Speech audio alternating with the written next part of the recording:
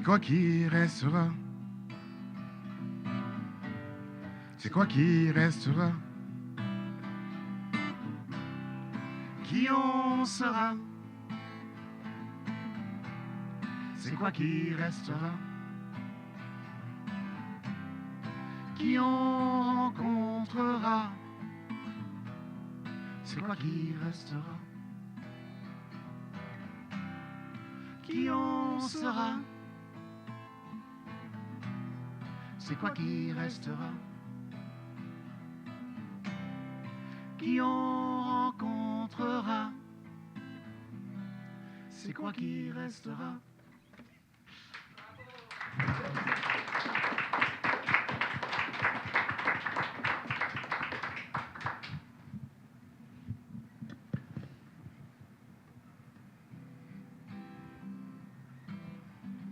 Coming from the highest bodies, falling on my deep knees, blowing from the sands of love. Cherry, oh, cherry, falling on my deep knees. Never heard that you were knocking on the edge of the sea, blowing from the sands of love. Cherry, oh, cherry, falling on my deep knees. When the night is falling in the midheart of the city, just come and sit with me, tell you the oldest stories. When the night is falling in the midheart of the city, just come and sit with me, I'll tell you the oldest stories. Coming from the highest bodies, falling on my deep knees, blowing from the sands of love. Cherry, oh, cherry, falling on my deep knees. Never heard that you were knocking on the edge of the sea, blowing from the sands of love. Cherry, oh, cherry, falling on my deep knees. When the night is falling in the midheart of the city, just come and sit with me, tell you the oldest stories. When the night is falling in the midheart of the city, just come and sit with me, tell you the oldest stories. Thank you.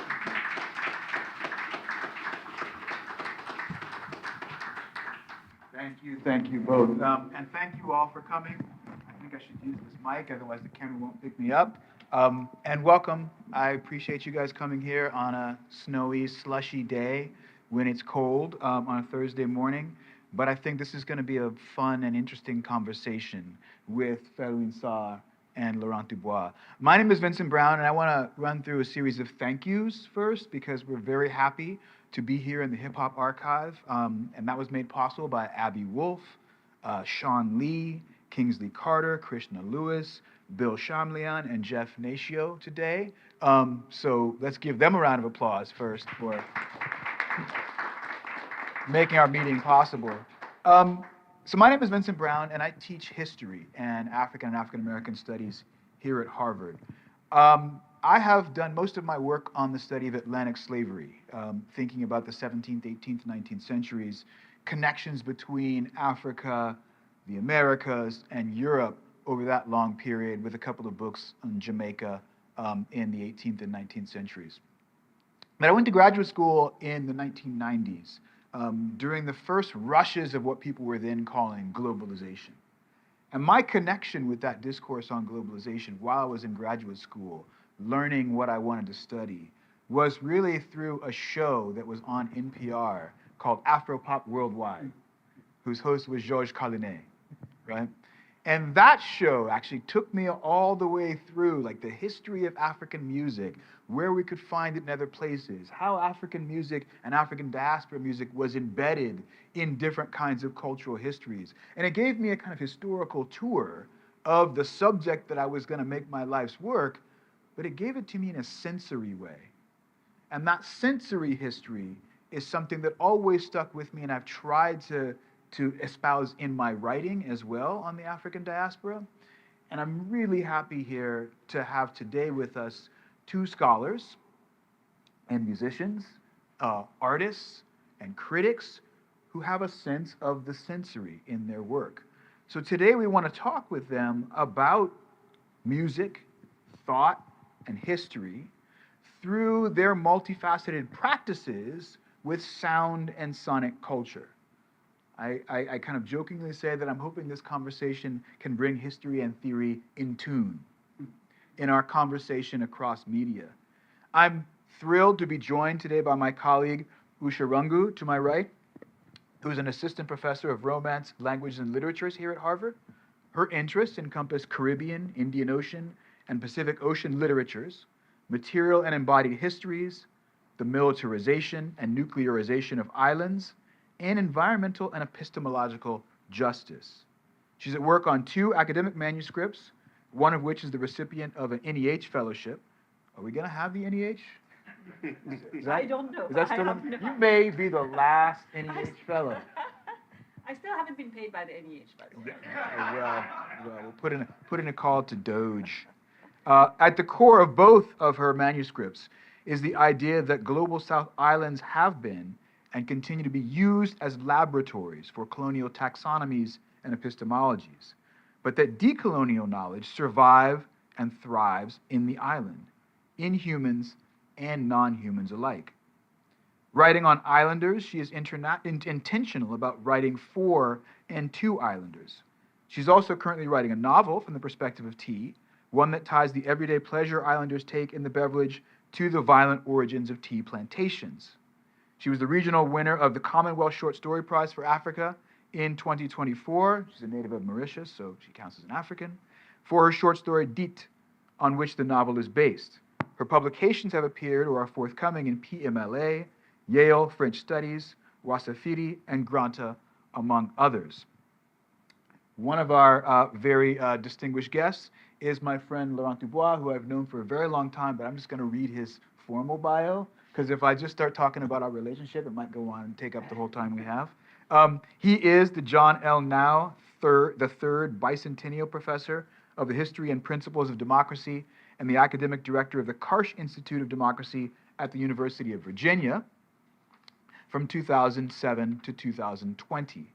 He was professor of Romance Studies and History at Duke University, before Virginia, where he co-directed the Haiti Laboratory from 2010 to 2013, and then founded and directed the Forum for Scholars and Publics. He's the author of 7 books on Haitian and Caribbean history, music, and sport, including Avengers of the New World, Soccer Empire, the World Cup and the Future of France from 2010, Haiti, the Aftershocks of History from 2012, and The Banjo, America's African Instrument in 2016. His writings have appeared in The Atlantic, The New Yorker, and The New York Times, and his album, Traversées, was released in 2024 with Woti Records. And my colleague, Dr. Rungoo, is going to introduce Professor Felwine Sarr. Felwine Sarr is a Senegalese academic and writer and musician. He's Anne-Marie Bryan, Distinguished Professor of Romance Studies at Duke University. After teaching at the Université Gaston Berger in Saint-Louis, Senegal, where he's professeur titulaire des universités and agrégé in economics. His academic work focuses on economics, the ecology of knowledge, contemporary African philosophy, economic policy, epistemology, economic anthropology, and the history of religious ideas. His seminal book, Afrotopia, published in 2016, calls for Africa to reinvent itself as from its own traditional and modern epistemologies. It won the Grand Prix of Literary Associations. In 2018, he co-wrote with art historian Bénédicte Savoy a report commissioned by the French president, Rapport sur la restitution du patrimoine culturel africain vers une nouvelle éthique relationnelle. In English, the restitution of African cultural heritage toward a new relational ethics. This was the first time France officially announced the restitution of African artifacts, and the report has since catalyzed worldwide debate on the decolonization of museums. With political theorist and historian Achille Mbembe, he has co-edited Écrire l'Afrique monde and Politique des temps. He has published novels, collections, and essays such as Daïdj, 105 rue Carnot, Méditation africaine, La saveur des derniers maîtres, Traces, Ishin Denshin, L'économie à venir, Les lieux qui habitent mes rêves, and Le bouddhisme est né à Koloban. Welcome.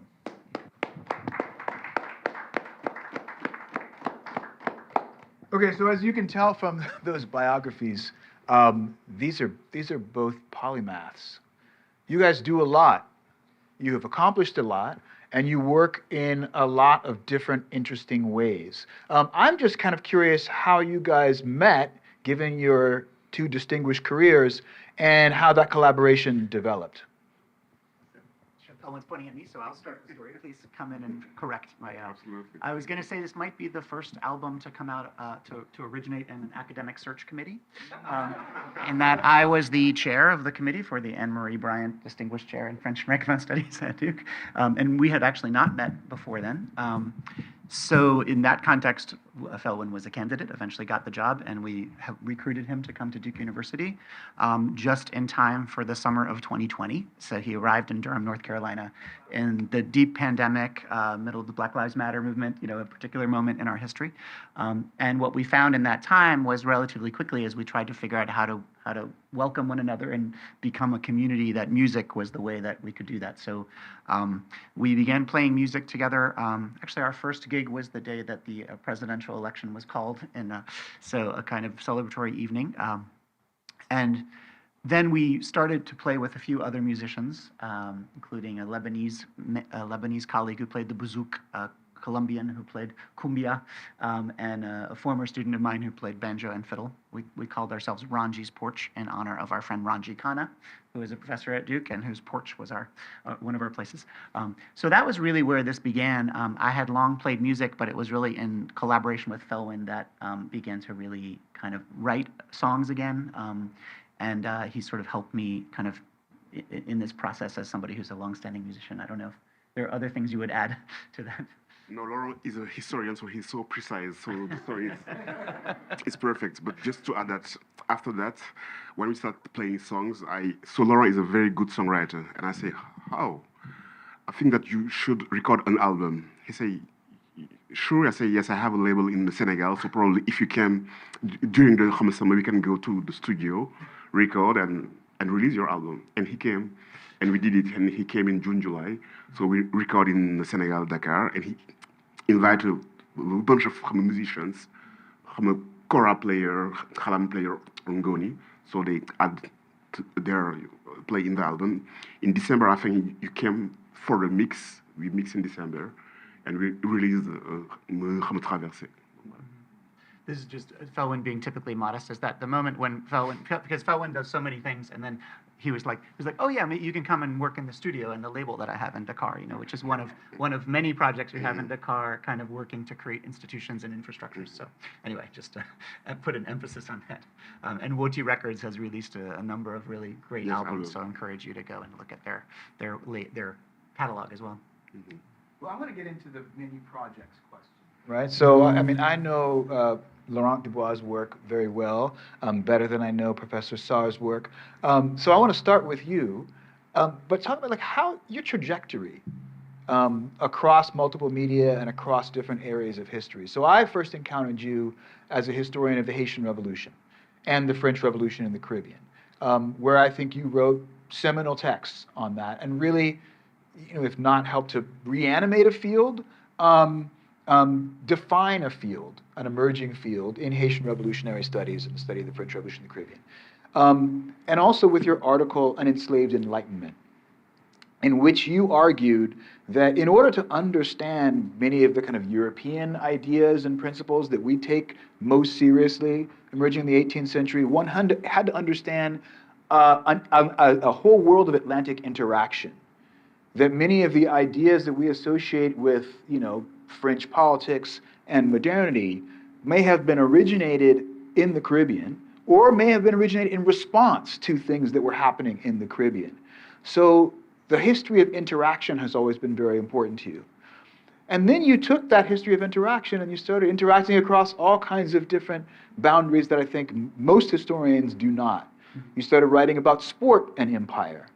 You started writing about music and empire in your history of the banjo. And then, I didn't know you were a musician before this, to my eyes, you just started doing music, just kind of crossing one boundary after another.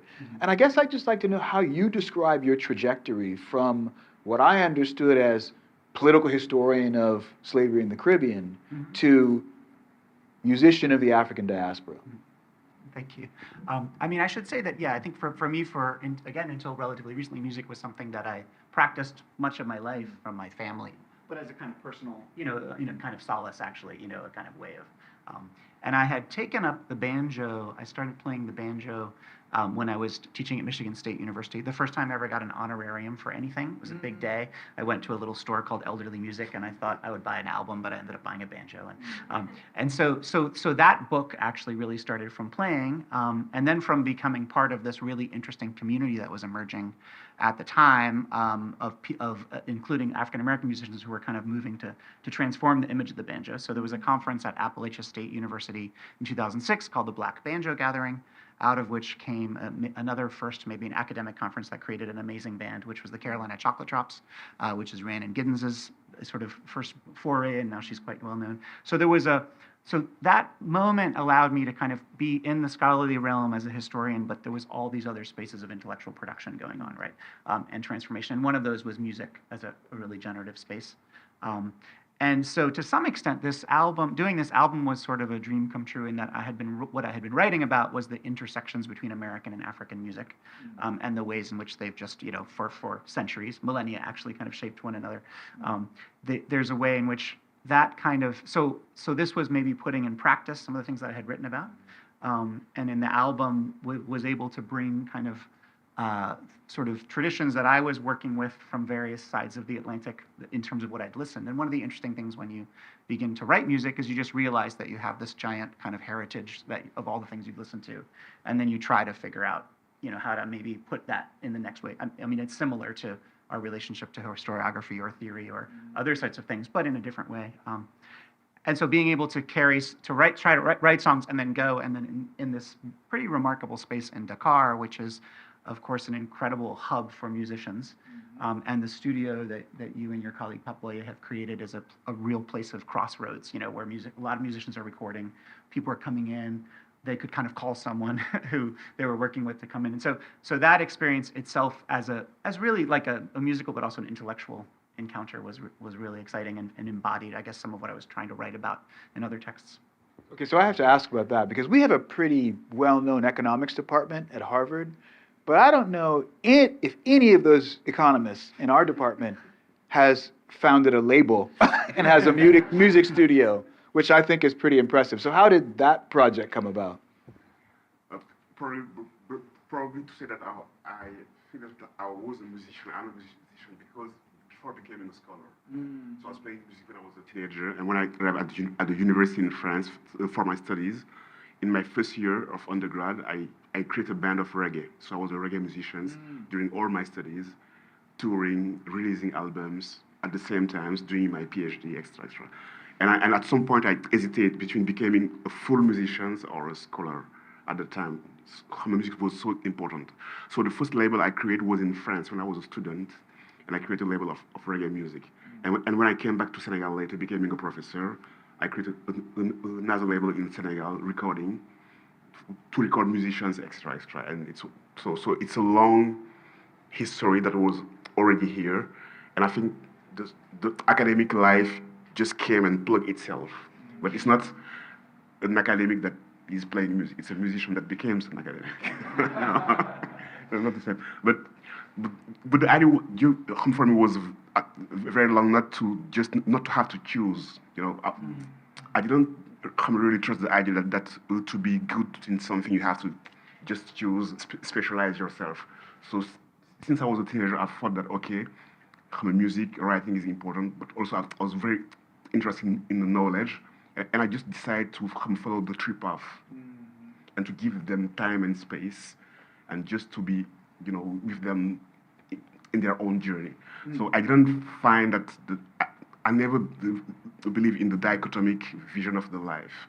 So you're either something or something, and I always think that we can articulate. It asks some disciplines, it asks some organization, but I always thought that there is a space and a room for different way of relating to the world and to the life. The mind, the sensibilities are both important, and we can just, if we organize a bit, be able to jump from a space to another space, and sometimes to intertwine the space. So I'm normally a musician as I'm a writer, as I'm a scholar.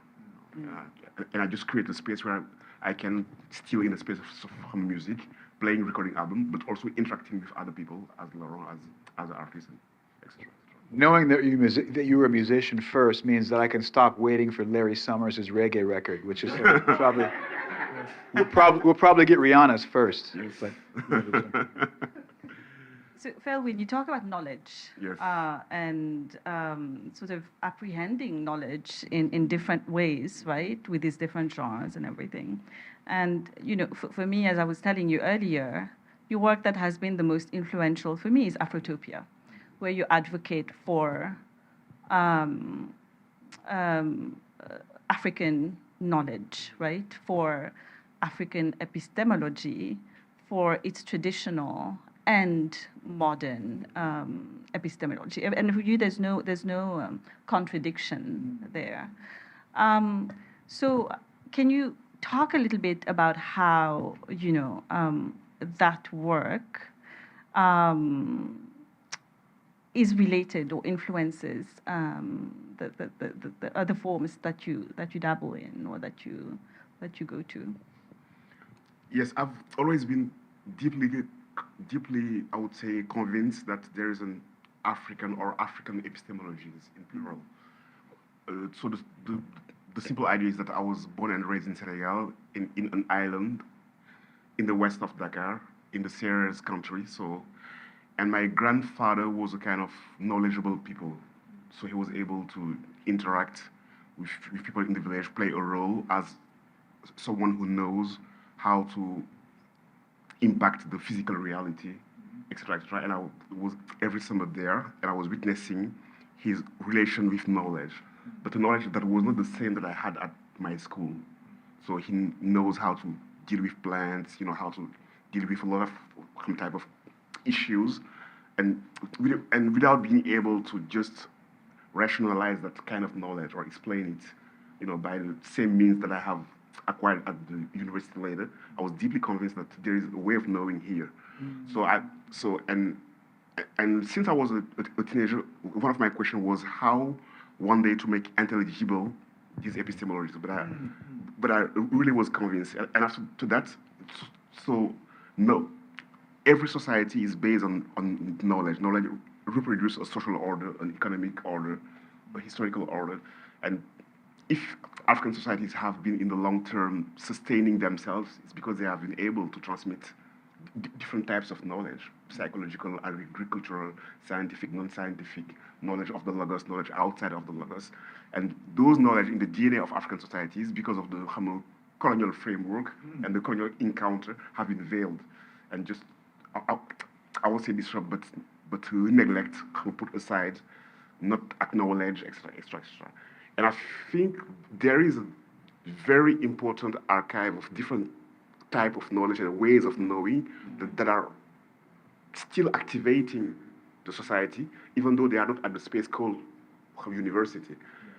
And step by step, I thought, okay, probably once I have to take time to try to explore and to try to understand and just to acknowledge those kind of knowledge and ask myself if they are still useful, if they are obsolete, how can they help to solve as question we have, and with this idea that if you want to just be able to respond to all the challenges, we have to rely on the plurality of epistemic archive. And music is also an epistemic space, it's an epistemic archive, so you can just take it like an archive of sensibility, but it tells more than that. There is type of knowledge that are embedded in the musical space, in the body, in the architecture, in the material production of societies, in different epistemic spaces that are here, and that we don't obviously consider as space of knowledge. And I thought that probably exploring them, because it's a huge field, if you can call it like that, would be, would be normal, given the intuition and the deep certitude I had when I was a teenager that those societies, they have their libraries, and they have their epistemologies, even though they articulate it, they mix it, they became hybrids, but they have it, and probably it's a loss of the space of knowledge, not exploring those way of knowing. That's fantastic, and it leads me to my next question, which is, so those ways of knowing emerge through expressive media, through gestures, through bodily habits, all kinds of things that are not necessarily ever inscribed in text or ever printed. Laurent, you have spent a lot of time writing about expressive media. I know you trained as an anthropologist as well as a historian, as well as a storytelling writer. Can you tell me a little bit about how ethnographies of expressive practice have shaped your understanding of how we derive these ways of knowing, how we understand these ways of knowing through expressive media that don't take their form in print? Yeah, and it's something, so when I was writing the banjo book, again, there was a community of people who are musicians. They're also instrument makers, the people who actually make the objects, that I work with, and realizing that there are all these spaces, of course, and in that case, like there was a deep knowledge of this instrument and its meaning that I wasn't going to find in an archive or in text, especially because in some ways it was a kind of subterranean history that had been kind of willfully misplaced at times or over, kind of silenced in certain ways. And I would say that in the course of doing this album was just one example of this that I'll just use as an example, which is that I realized that I had been long listening to like West African guitar, as well as other forms, and at one point started writing a song that's really about travel, and so the song is called Marseille, and if you can maybe cue it up in a second, I'll just for one, I'll play first and then if we can play, but so the song basically, the basic point of it, the basic form of it is,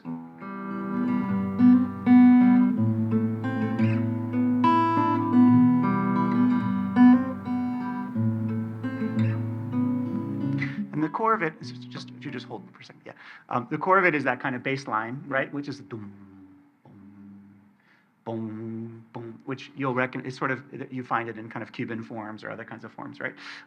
But when I had written that song and brought it to the studio, but really there it was completely transformed into, because what it kind of tapped into something that the Malian musician that we worked with, who's named Django, who I think is also working on an album, came with a halam and an ngoni, which are of course the foundational instruments for the banjo.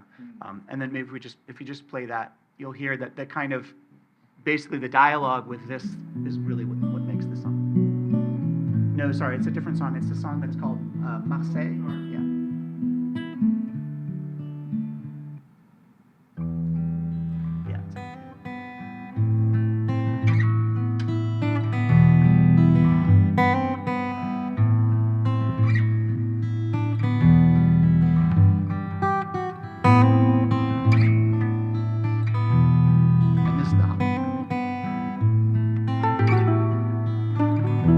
Quand on se promène dans les rues, qu'on descend à la mer sous le soleil, le sky parle, on est dans le roman, Seulement on est dans un poème.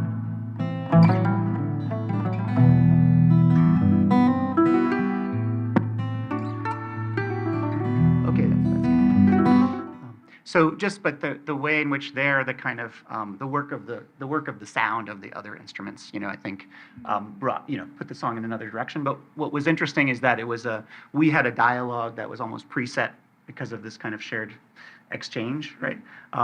And that in some ways, the words of that song connect with the sound that they produced, and there was a way in which that kind of emotional relationship and the knowledge that's based in those instruments kind of came through. I hope I'm making some sense here, but but there's sort of the idea that that realizing that underneath that you could go into that relationship because you carry to some extent knowledges that could be exchanged that are deep in our cultures, right? That are shared because we have been hearing and kind of formed by certain shared expressive cultures across Africa and the Americas. Yeah. So, that actually kind of reminds me of your argument about the politics of the Atlantic world. right. Yes. Yeah. Exactly. Yeah. Yeah.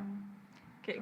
Yes, absolutely. And I would just add that knowledge, that music is a powerful knowledge because you have this kind of experiential aspect. So what you listen, what you feel it in your body, in a corporeal way or manner, you have an aesthetic dimension. So you listen to one instrument or two, you have notice a shape, a tone, a color, and you have an epistemic dimension.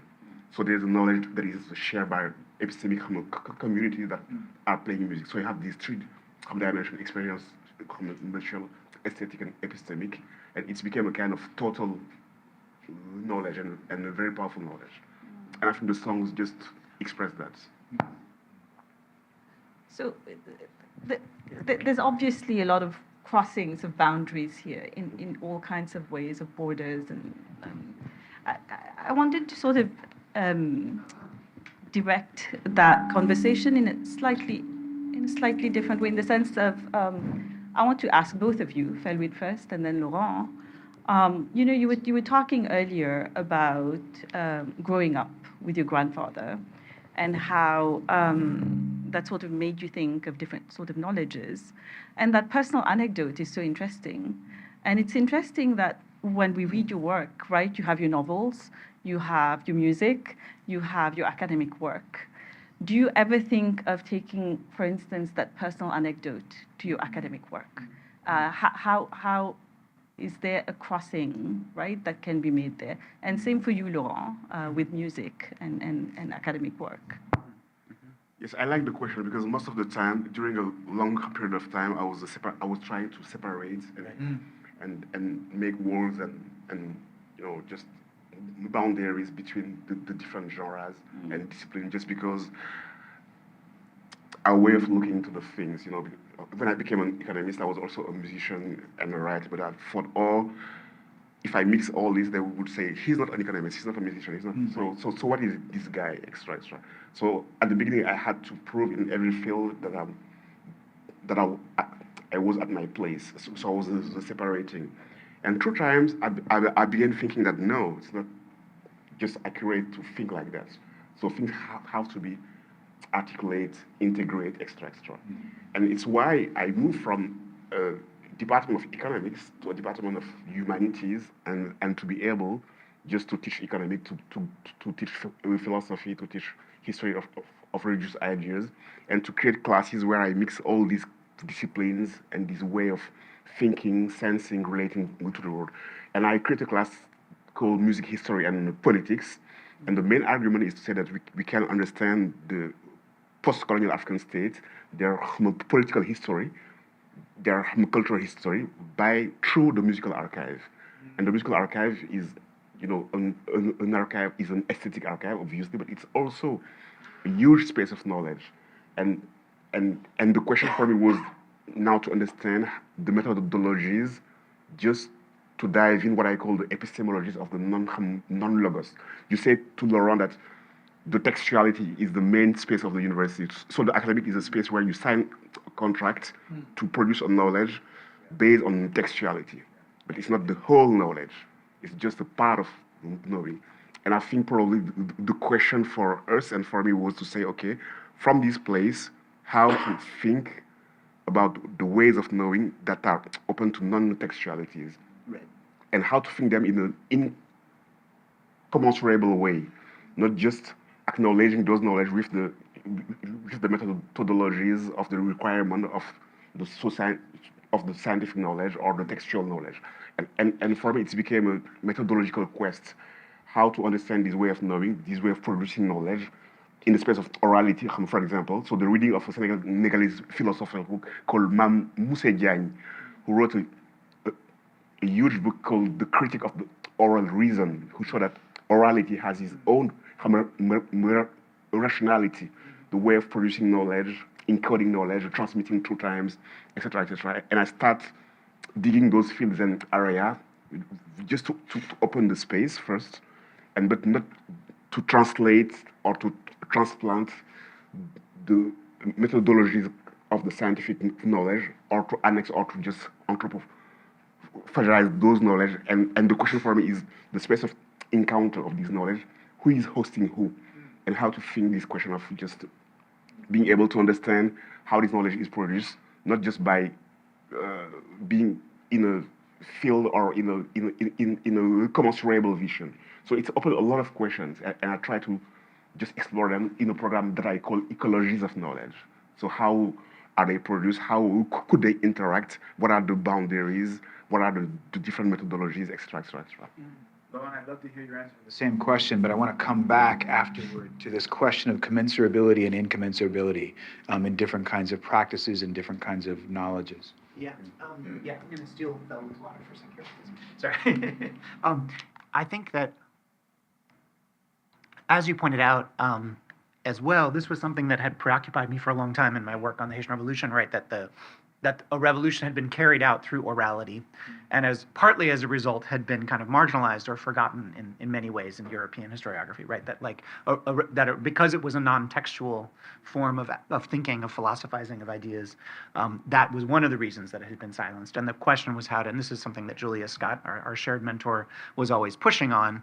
So trying to develop within the historical work a methodology for thinking about, the history of thought and politics that is not registered in the written archive, and what do we do around that?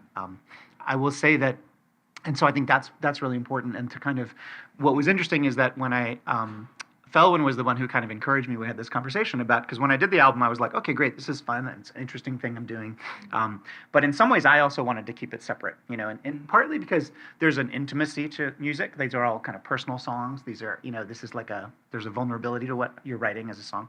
I was saying I started singing in French partly because that's kind of my childhood language and was a way of sharing things. So at first I was like, oh, I'm going to do this, but I'm going to basically, it won't be Laurent Dubois. It'll be, I don't know, some name, And Felwine said, but your name is so good, it'll be a good, what do you, it's such a good artist name. And strangely, I'm the only Laurent Dubois on Spotify, which I was surprised by. Anyway, because it's actually the name of a cheese shop in Paris. I mean, it's a very normal French name, but in any case, I thought, but then Felwine said, no, I think it's important for you to make the point that you are comfortable with having these different ways, right? It doesn't diminish that your other things that you're doing this, and you just have it out there as one of your forms, So I think that was kind of an important point, and I think you were trying to say it partly because that's also a model that we all need to kind of share, right? Which is that the multiplicity of forms is something that we should all be ready to do if we want to operate, and that there are some things that can be said some ways and some things that can be better said other ways, right? And you just have to find,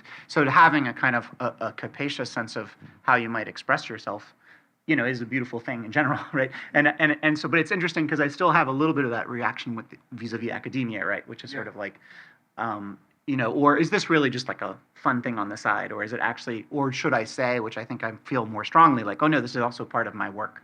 It's as much part of my work. It's your bibliography. Yeah, exactly. So that was so I think that's an ongoing, and I think especially if we think about like students and forming students, and how we craft a space in the academy going forward, it's a bigger question. I think we can all do, and then, I know you all have done that as well in your ways. I want to highlight that question of how we think about things that can be expressed one way in one medium or in one form or through one genre, as one kind of knowledge, and things that have to be expressed another way. And I guess this is a way of getting at, the constraints and possibilities of different expressive forms or different media. And it's helping puzzle through something that I've been wrestling with for, more than 15 years now, which is, in my first visit to the slave forts of West Africa in Ghana, as you may know, like some of those forts are UNESCO heritage sites. So if you go to Cape Castle, there's a kind of it's a big tourist attraction now. And many people go there and they have quite emotional experiences. But because of the way that tourist attraction was working, I could see nothing but a tourist attraction, right, at this slave fort. And then a colleague of mine said, well, let's go down the coast a little bit to a place called Anamabo. And I know from my own work that Anamabo in the mid-18th century was, a fort that was purpose-built for the slave trade. It wasn't doing other things. And that it was one of the most prolific slave trading forts on the Gold Coast of West Africa, what's now Ghana, during that period. And I went there and we got there before dawn. And so the sun came up while we were there. And those of you who know the Ghanaian coast is very misty. And I kind of went out away and kind of went out to the beach and was in front of the castle, kind of looking out at the ocean. And I only had emotions. I didn't have kind of formulated thoughts that I knew I would be able to think about as a historian. Mm-hmm. But what came to me most strongly was a Burning Spear song. Mm-hmm.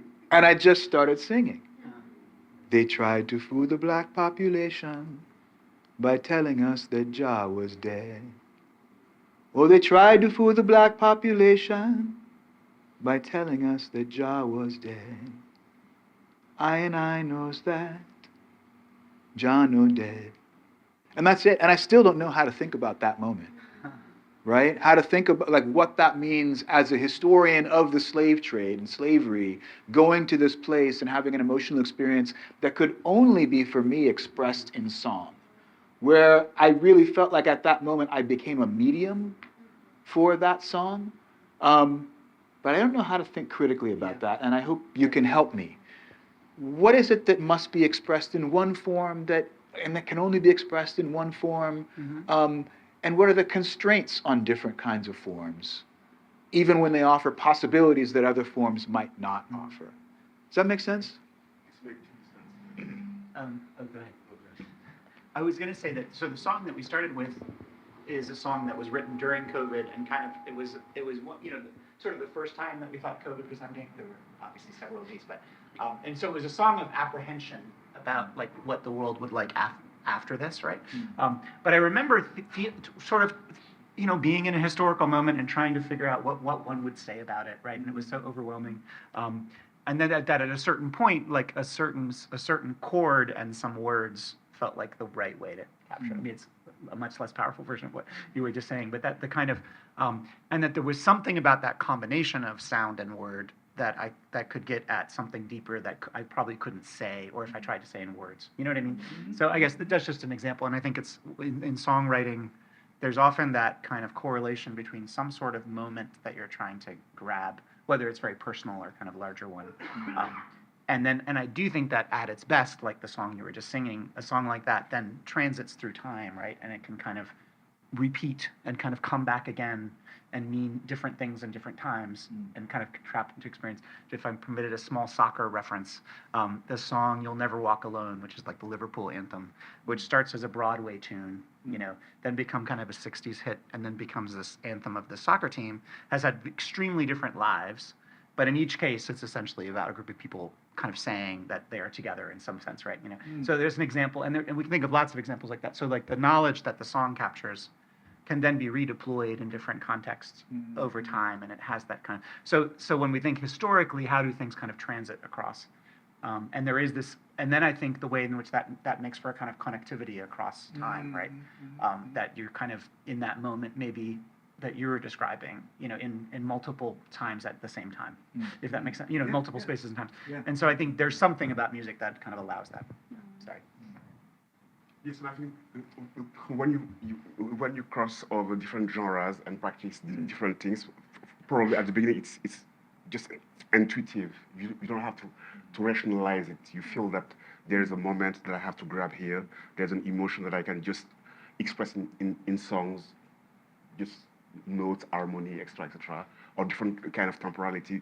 Or there's something that needs to be deployed in a space, something needs to be deployed in time or in density or in the durée, if you think to Bergson, and you feel that this media is probably more accurate than this one to deploy this type of thinking or emotion or in between. You don't know what it is. It's not just rational. It's not just intuitive, but it's crossing the two.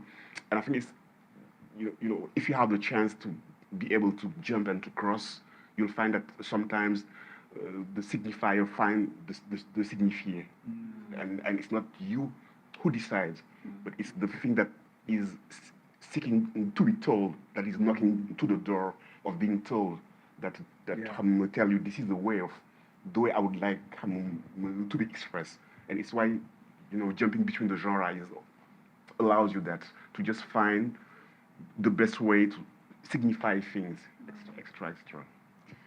Can I ask a follow-up question around the same things, but in terms of language, right?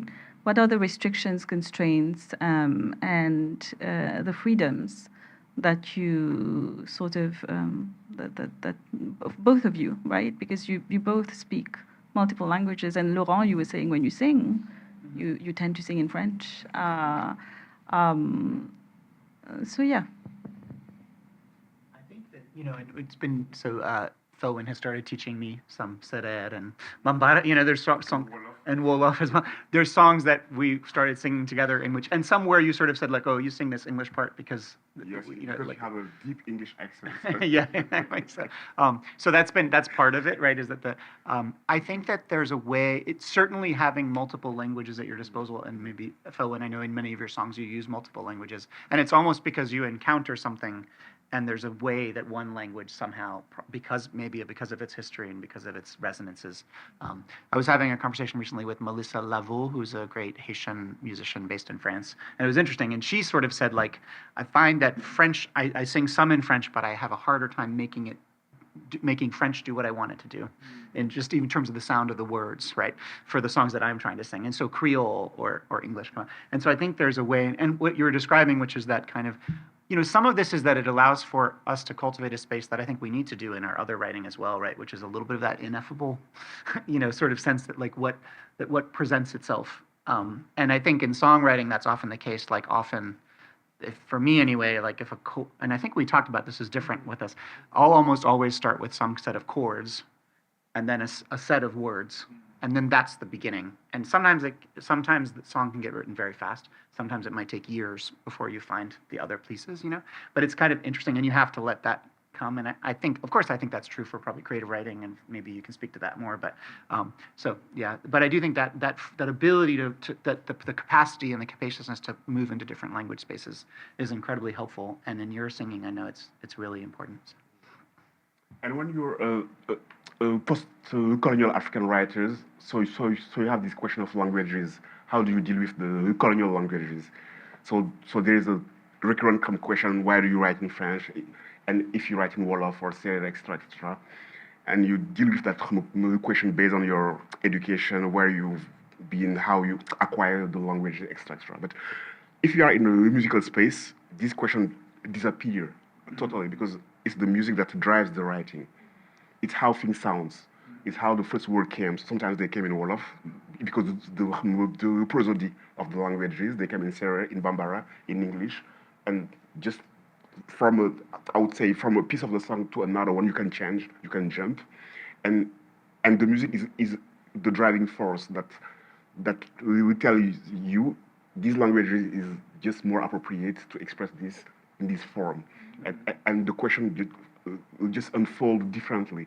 It's not about I'm deciding politically to write in these languages. It's the music itself that help you to find the right languages to express. Yeah. So sometimes we start singing in Wolof, English, and Sarr and Jola in the same song. And just an example, so when I was doing the mix of the album, happened to be during the World Cup in 2022.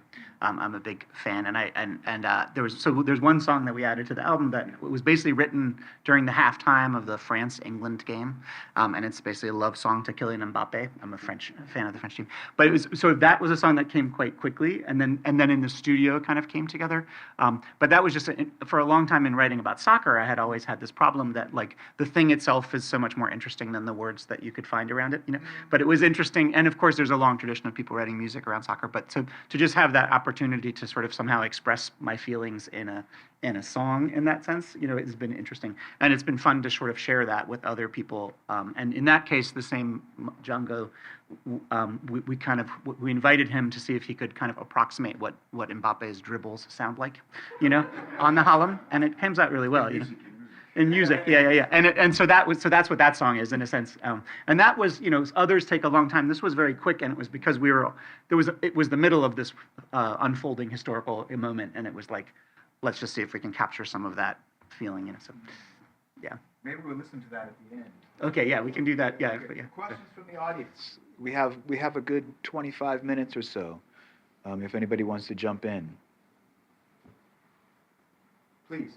And I think you'll need a mic for the.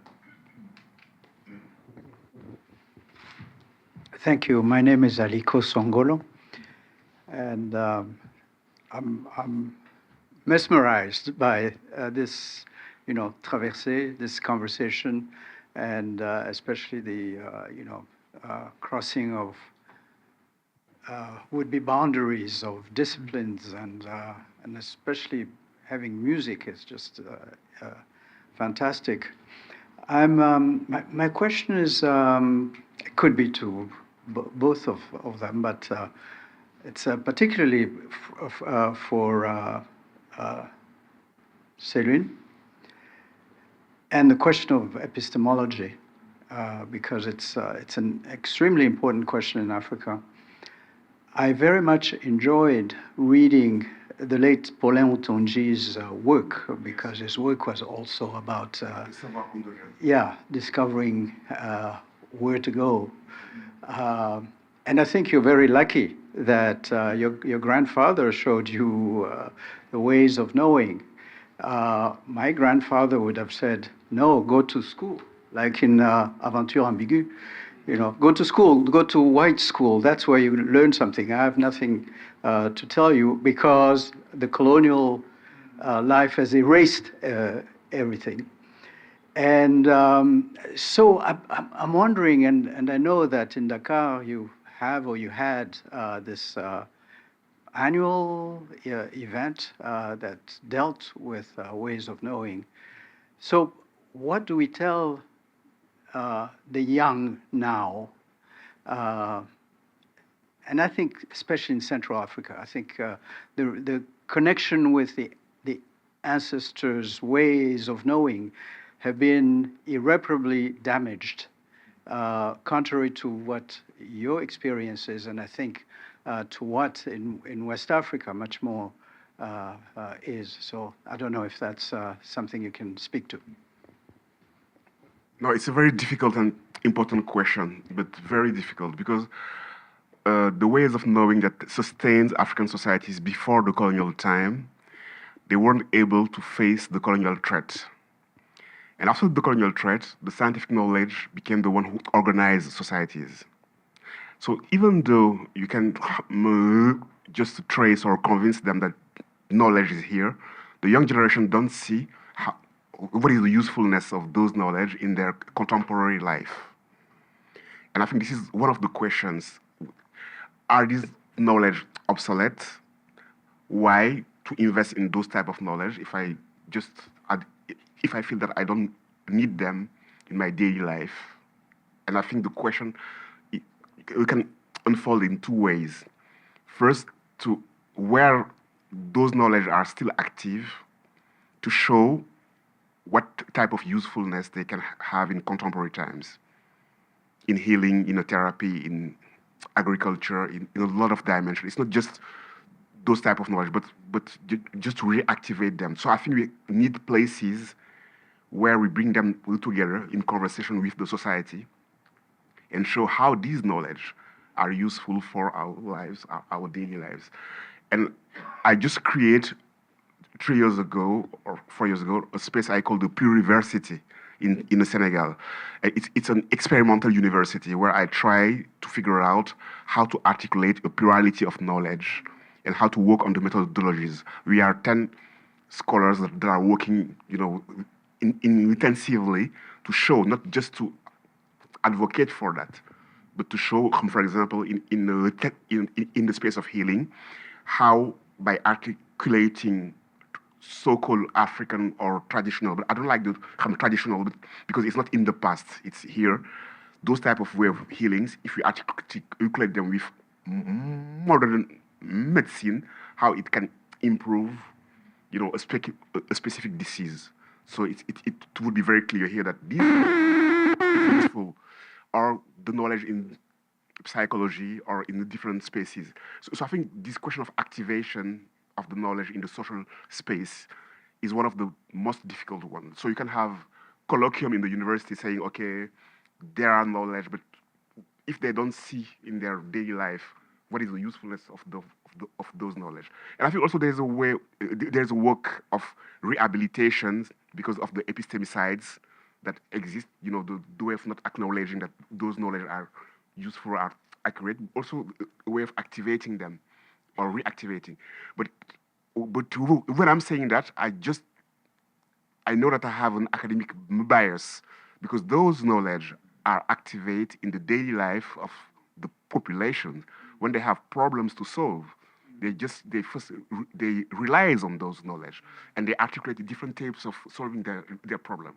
But in the space of discourse or representation or the academia, those knowledge are at the gate of that space.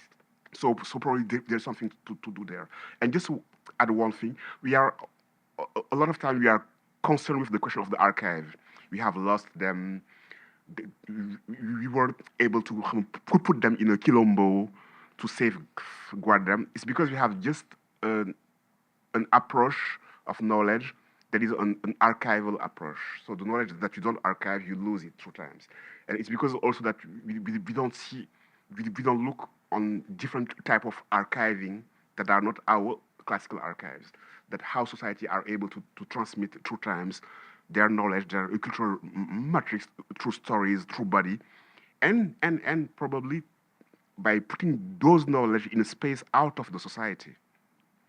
And when the society needs those knowledge and the society is in relation with that space of the spirit, the knowledge came again and incorporated itself in the society in a new in a new being. So it means that if we open our way of thinking on how knowledge is archived, probably we can find space we can activate to just irrigate again the social space by those type of knowledge. I just would add just quickly that that seeing this last year, so in Senegal, I think, standpoint thinking about democracy, a kind of defense of democracy that we could all learn from, I think, throughout the world, that Felwine was very involved in, but the types of knowledges that were put to work to stop a kind of threat to your democracy was really powerful. And there, I think in that movement, you could see all these different forms of knowledges coalescing. So, thank you both, all of you, so much for a really fascinating conversation. I have a sort of follow-up question to that, thinking about epistemology and translation, and not just translation of language, but translation of space. I think that, Felwine, to your point about thinking about these different epistemologies, first of all, they're often even in Senegal, put forth in French rather than Wolof or Serer or Pulaar, and so there is a question of translation that is often lost. But I also think, the university or the hospital or, these sort of spaces are of epistemological production, but not the home, not the agricultural field, not the street or the river or things like that. So how do we think about these questions of translation both across language, but also across space? Mm-hmm. Should I ask my question? Yes, you can. Okay, great. So you can take 2 or 3. Thank you so much. This has been really stimulating. My name is Amber Henry. I'm an assistant professor in the Department of African and African American Studies, and for the past 15 years, I've been working with maroon population in Colombia. So what you're sharing, Dr. Felwine Sarr, about archiving and what it means to redeploy ancestral knowledge, especially for maroon populations or quilombos, people who had to make do and survive, what it means to reactivate that knowledge in the present moment in ways that can help us navigate the waters of today. That was really inspiring. As both of you are professors, I'm curious to hear how you translate, to tap Dave, these types of methods to the classroom. How are we teaching our students to employ these embodied methods of archiving knowledge? How does this impact the way that you encourage students in the classroom to share and activate knowledge? Thank you so much. I have two simple examples. The one is my class of music history and politics. We start by listening to music, and we have an exercise of listening, attention, not trying to decipher the textuality. Sometimes I put a song of Salif Keita in Bambara, so they don't speak Bambara, and I ask them what they have felt after they have heard the song, and I keep the translation. I don't give them the translation, and I want to know if just by listening, the emotional space of the music, they are able to grasp what was the intention of the artist. And most of the time, they are right.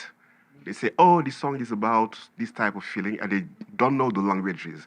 And the exercise is just to show, yes, textuality, translating the lyrics is important, but probably before the lyrics, the music says something.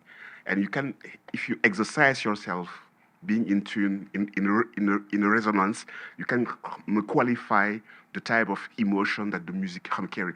We do it every day when we listen to a sad song, a happy song, extra. We do it, and we acquire this type of knowledge without asking ourselves, is it accurate? Because we know intuitively that we have grasp. So, or sometimes you enter a space, there is a feeling that is unfolding in the space, and you feel it, and you know deeply what is happening. Or you read a poem, you don't know what does it mean because it's so complicated, but you have the emotion. You get the emotion before getting the understanding.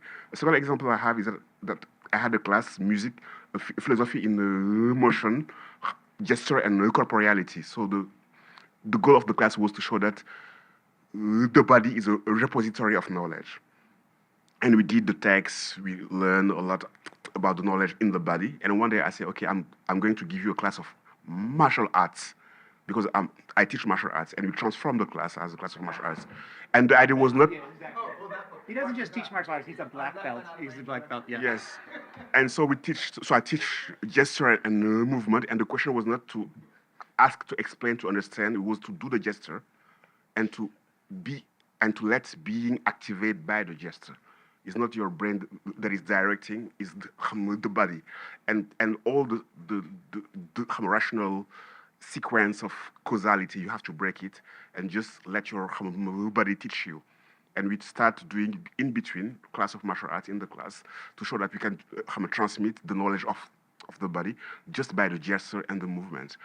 And just for the translation, I think you're absolutely right. The epistemic space are plural: the house, the home, the street, the field of agriculture, the space of joking is also a way of transmitting some knowledge, etc., etc. And those epistemic space are activate the social space, and it's a narrow vision if you think that university or academy is the only space where knowledge is produced, shared, and transmit. And you're absolutely right. On the translation, so I've also been doing translation recently from English to French, which has been really interesting. And that kind of another way of, and I think we'll be translating Felwine soon, but not done with Achille and Felwine, but also just recently translated a work of literature, Haitian literature. And for me, it's been incredibly generative, like really thinking with a thinker in a certain way and a different way. And so I would just say that. I think on your question, I mean, it's interesting, first of all, because in the song we've talked about before, but the Qui on sera, like, it was the second verse of that really kind of moves to evoke like older histories of like marronage, escape, re-engagement. And it was that kind of like thinking about the moment I was in and then larger histories was where that song kind of, as we worked on it together, evolved. For me in the classroom, I teach a class called Memory and History in the Caribbean. And since I've done so, I've always left very open how the students can produce their work in that.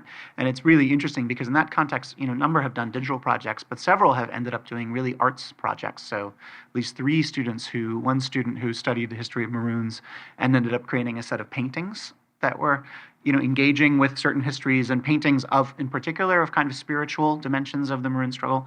Another this year who was working on indigo, the history of indigo production, but then wanted to create kind of indigo pieces. So it's interesting that when that door is opened, a lot of them, and what I always say is this is going to actually be harder than it, like, I'm pretty sure that you are a PhD student, you can write a paper, it's going to be fine. But these are pushing themselves. But it is interesting, I think, how often when that opportunity is provided, like, and it's a very rich part, and you can see later, a couple students a few years later, I think sometimes having explored that artistic dimension, you can really see how it affects then the scholarly work in terms of like forms of knowledge about maybe visual sources. So I think there's a lot to be said for that, because it really, rather than kind of taking, I think a lot of people would say, oh, that's sort of a distraction from the work of writing a certain way, but I think it often has really important payoff, even simply for the writing and the dissertation work, and of course for just being a happier human, a fuller human. It's also good too. So, yeah. Thank you for this presentation. One question I have is, what is that work of Haitian literature that you're working on translating? Mm-hmm. And the second, it's not a question, but just trying to situate your musical partnership in the context of, musical renaissance at this time with D Nice, mm-hmm. who was making that, those music jams for people during the pandemic, as well as the Versus universe that was happening with the music. Mm-hmm. So I think it's just important to situate that musical partnership that you had on the porch with all the music that was happening for the sake of humanity at this time. Yeah, that's right. The sea shanty thing, which was one of my favorite, one of my favorite COVID moments, incredible in terms of, so the novel, it's done and it's coming out with Duke University Press this spring. It's in English, it's called Quiet Dawn. It's a co-translation with Kayam L. Glover, who's a professor at Yale. Yes, and it's Jean-Claude Fignolet. He's a Haitian writer who's never been translated into English before, and it's speaking of our questions. It's a spiralist novel. It's part of this movement, a literary movement called spiralism. That's very much like in which past and present are kind of converging, questions of trauma, history, the Haitian Revolution, but also the present day. So it was a wonderful experience. I had not translated literature before. Kayama has a very accomplished translator of literature, but so that's that, and it was a real small note. One thing I loved about translating literature instead of academic work is no footnotes. Because for the translator, it's like finding the original Nietzsche that like Achille. Anyway. But that's. And then, I think that's a great point, that there's a way in which that isolation, and then the way that COVID certainly highlighted how powerful music was. And I was also, when I was in the studio, met another musician, Happy Nochoko, who's Honore is her stage name, who's now released a beautiful album, Mauritanian musician. So it's a beautiful space, I think, to see those encounters, and of course, media allows for it as well. This is an album where you can kind of record on two continents and put things together. So I should just say too, the work of the studio, of the mixer, like there's a whole other sort of knowledge that's there that kind of creates the sound that is also remarkable as well. So yeah. Thank you. Thank you very much for the music and the conversation. My name is Erwan Diante. I'm from Paris. I'm an anthropologist, professor at the Université Paris-Cité. And I'd like to come back to the conversation on Paulin Ntunji, because it's exactly 1 year he passed. Yes, absolutely. And actually, I had a conversation three or 4 days before he passed with him on savoir endogène, exactly what we're talking about. And what he told me was that there was a big misunderstanding on what he thought about savoir endogène. I don't know how you could translate that in English, but it's like an endogenous knowledge. Okay, so he thought that there was no ethnophilosophy. Ethnophilosophy was not philosophy. He thought, in particular, that there was no specific African epistemologies. So he thought that there was a contribution of African knowledge, African thinkers, to universal epistemology, science, and philosophy, which is a completely different point of view. He fought all his life, that's what he told me, against prejudice, especially colonial European prejudice against African knowledge. But that does not mean, in his philosophy, that there was a specific European knowledge or philosophy and a specific African philosophy. He thought that there was only one philosophy for all humankind, which is a universalistic, of course, point of view, coming from Husserl in particular. So I'd like to have your point of view on what Paulin said, which is, I think, slightly different from what we are talking about right now. I'm teaching a class of African philosophy in Duke, and last week we work on a text of Paulin Untonji, a text he wrote 30 years after the debates around ethnophilosophy and philosophies. And you're right, he was again what he called ethnophilosophy. And for him, there is not a philosophy of a community. Philosophy is an individual activity of rational critics, extra. And the debates unfold around the 50s when the Temples wrote this book, Philosophie Bantu. And Untonji, in the late 70s, wrote his book, De la philosophie africaine, and his point was philosophizing is an individual activity. But the critics of Untonji say, okay, Untonji came from École Normale Le Supérieur, Althusser, and the French epistemology, and he just for him, the fact of philosophy came from a scientific knowledge first, a theoretical knowledge, and he based his thought on the idea of Althusser and his mentors. And these mentors, at the end of their life, they criticized this point of view. And so Untonji was criticized as being a Eurocentric philosopher, has a Eurocentric view of what philosophy means, and didn't allow a plurality of way of what philosophy means. And Mamou Segain said that the question is not to say what is philosophy or not. The question is to be able to signal what they call the discursive practice that exists in every society, how every society asks himself questions and how they respond critically to the question they ask themselves. And philosophy is one of the way of responding. So for them, and I think that the debate was in the wrong terms, because it was not a debate between singularity and universality, because acknowledging that we have an African philosophy means that we have the ability to reason, and it was a way of just trying to prove the fullness of African humanities, because the discourse on philosophy was that philosophy is the acme, is the last stage of the human thinking. And these premises are wrong. It's why when the debate is in that settings, we miss the question. The question for the African philosopher and thinkers is to be able to see what are the discursive practice of their area, how the questions are asked, what are the spaces of response to those questions.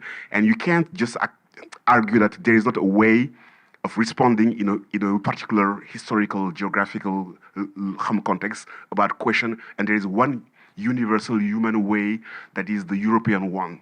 And Untonji, in that just article he wrote on the work of Marc Auger, he said, okay, there is what he called idée ou logique. And it was a way of not just criticizing his ancient views, but moving a bit by saying that there is something to be seen, not a philosophy, because he was not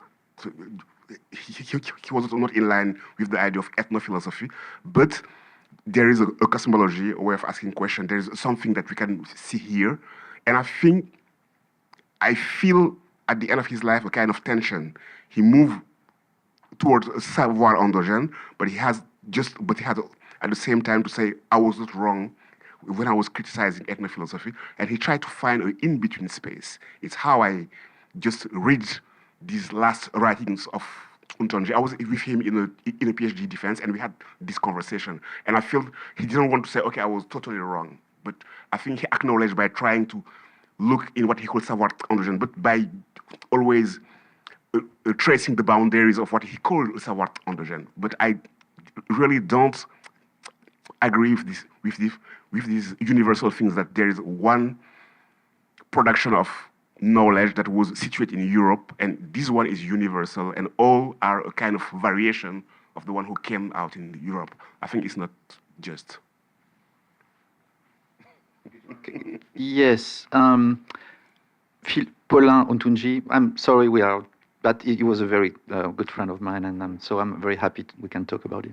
He never thought that philosophy was European, and that everybody should do European philosophy. He thought that by different social and historical conditions, philosophy emerged, was created in Greece, but it's not Greek.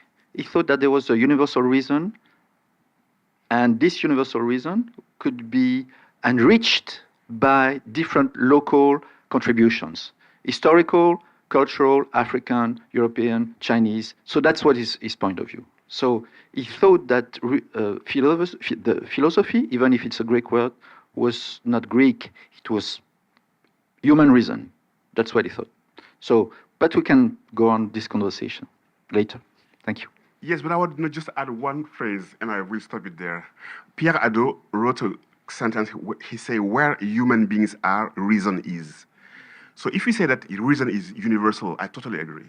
But if you put it in the way that philosophy defines itself, it's a different question. It's not the question of to know whether or not if human reason is universal.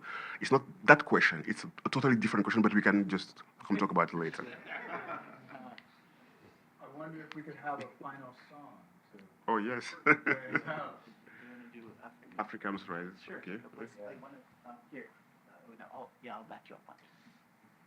Good way to end. Did you have a thing that you wanted to say? Africa must rise now.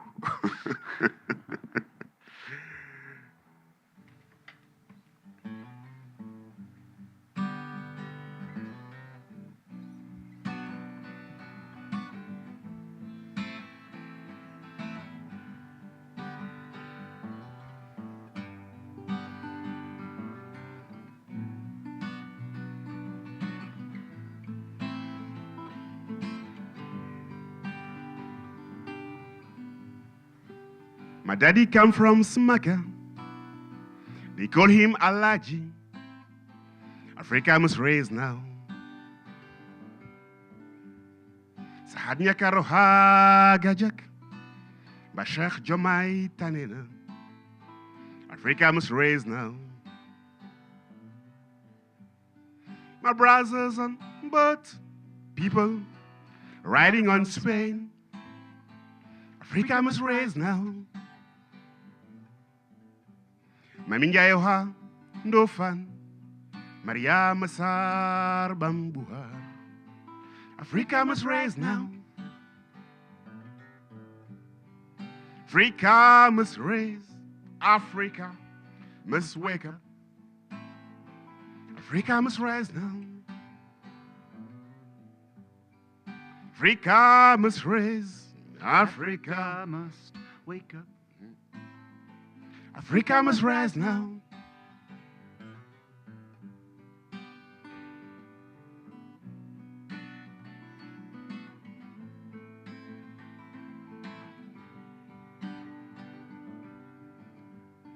Hatid na farid atar madfe.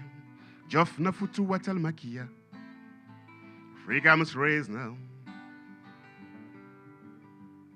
Sanusi Muni Rogalalta na Jabine. Africa must raise now. Soxna si Njaay denk naa la sama yaakaar. Denk naa la sama pas-pas. Africa must wake now. Yoxlu rijal fees na. Xewal a ngi wallangaan ci xol. Africa must raise now. My brothers on boats, people riding from Spain. Africa must raise now. Maminja Yoha Ndofan Maria Masar Bambuhar. Africa must raise now. Africa must raise. Africa must wake up. Africa must raise now.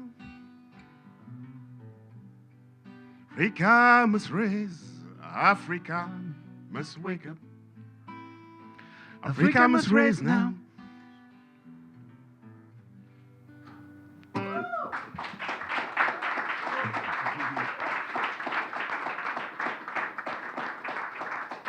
Merci. Thank you so much. Merci à tout le monde. C'est là qu'on est chez soi. Quand c'est juste toi et moi.